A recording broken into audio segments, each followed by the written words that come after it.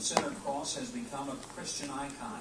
It has been blessed by so-called holy men and presented as a reminder that their God, who couldn't be bothered to stop the Muslim terrorists or prevent 3,000 people from being killed in his name, cared only enough to bestow upon us some rubble that resembles a cross. Well, Dave Silverman joins me now. So, Dave, welcome. Thanks for having me on the show. Well, I got to ask, if this is just a pile of rubble, why are you so worked up about it? Well, because it's not equality. What we're talking about here, when we look at this pile of rubble, to us it's a pile of rubble, but it is a Christian icon. It was pulled out of the rubble, and it was trimmed and modified and made into a Christian icon and placed in the memorial as a sole representative of the Christian community. But it wasn't naturally formed. No, it was not. It was trimmed. It was formed. That's why they even found it so arresting. I have friends who were there. I had one specific friend who was there on the day it was found. He has talked to me about what an incredible moment it was, and how that for those who were working down there, by the way, he is dying of cancer right now, largely because of his work there. For people like that, I know it doesn't mean anything to you, but it means something to them. Why should you deny them that? It means something to us that the Constitution be protected, and that the atheists will... Well, what part of the Constitution is being violated? The First and the 14th Amendment guarantee equality among religious theologies. Now, wait a second. What I'm saying here is, the number two... Hold on a second. You hold on. It's my show. Congress shall make no law respecting an establishment of religion or prohibiting the free exercise thereof.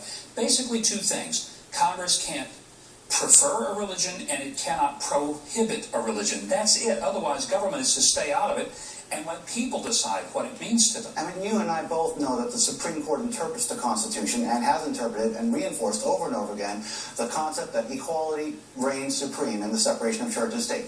We can't have a Christian icon in public places and not allow other people to have their icons. Would you like to have an icon down there? Yes, we would. What would you like to have? What would be the icon of an atheist? Well, we're thinking about something physical. You know, atheists are all about physical things. So I'm thinking maybe one hand helping another, hands helping each other, something that would say representative of the 600 or 500 atheists who died on 9/11. All we're demanding here is equal representation. So you'd be okay if the cross stays if you can put some hands up there? I would be okay if the cross stayed and we were allowed equal representation in the memorial. I don't care what it was. See, all I care about is equal representation. I have no problem with that, but I have a problem with your lawsuit that says that somehow mental anguish. Can you explain to me what mental anguish and pain that you have? Because 9/11 there were these two pieces of metal that were formed by the heat of It's not about the cross. It's about the exclusion. It's about only allowing the Christians in and excluding the other people. But to you, it's a piece of rubble, Dave. It's also a representative of the Christian community. If they're going to have a Christian icon in the public memorial